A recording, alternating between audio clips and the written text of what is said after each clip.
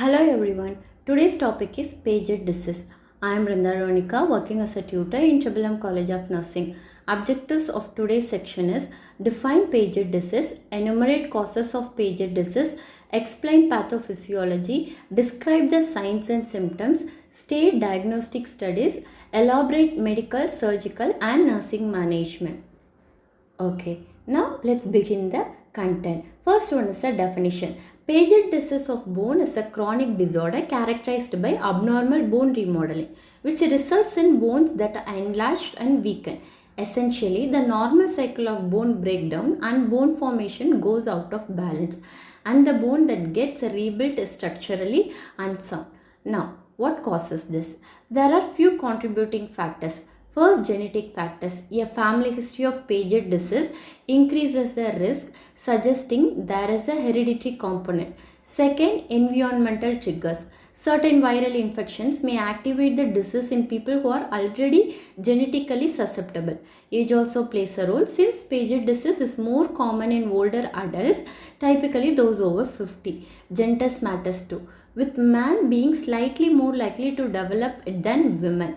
And finally, ethnicity. People of Anglo-Saxon descent are more commonly affected than other groups.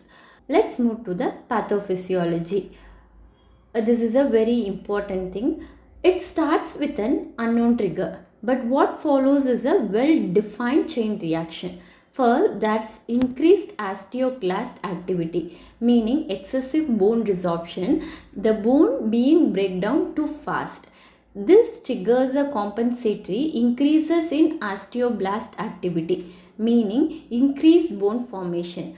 But here's the problem. This new bone formation is disorganized, forming what we call a mosaic pattern instead of normal, strong bone structure. The end result is bone that is enlarged, weak and deformed. And from there, we start seeing the complication like pain, deformity, fractures, arthritis and even hearing loss if the skull bones are involved. Okay, now let's move into the signs and symptoms, which include loss of appetite, and if there is overgrowth of skull, that can cause headaches. Patient may experience abdominal pain due to deformed bones along with constipation. If nerves get compressed by the enlarged bone, for example, near the skull or spine, that can cause hearing loss and general fatigue. And of course, pain due to bone fractures, since these weakened bones are much more fracture prone than normal bone. To confirm the diagnosis, we rely on few key diagnostic studies. First, plain radiography or X-ray.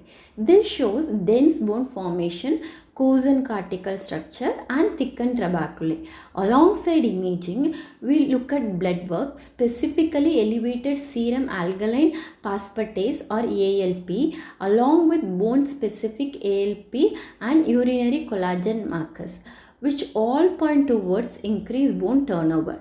Second, nuclear medicine bone scintigraphy. This is a gamma camera scan that lights up areas of active pagetic bone, and it's especially useful for detecting a polyostotic presentation, meaning multiple bones involved like the vertebrae and pelvis.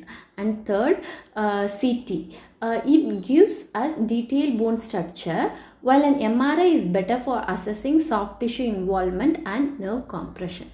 Now let's talk about management, which involves multiple approaches working together. On the medication side, bisphosphonates are the first line treatment, with calcitonin used as an alternative if bisphosphonates cannot be given. Pain relievers like paracetamol or ibuprofen help to manage discomfort. Physiotherapy plays a big role too. Range of motion exercise, muscle strengthening and balance and gait training to reduce fall risk. On the nutrition and lifestyle side, we ensure adequate calcium and vitamin D intake, encourage weight-bearing exercise as advised by the physician, and implement fall prevention strategies also.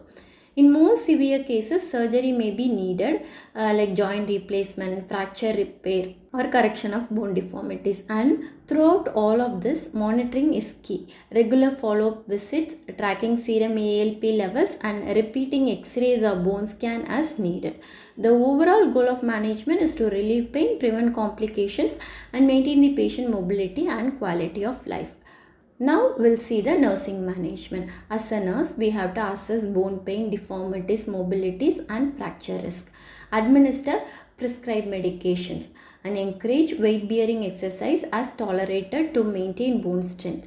Implement fall prevention measures and provide assistive devices if needed.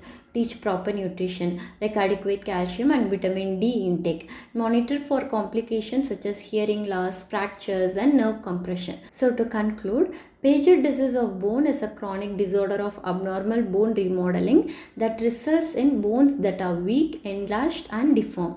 But with early diagnosis, appropriate treatment, and consistent follow-up, symptoms can be well controlled, complication minimized, and patient can go on to maintain a good quality of life. Thank you.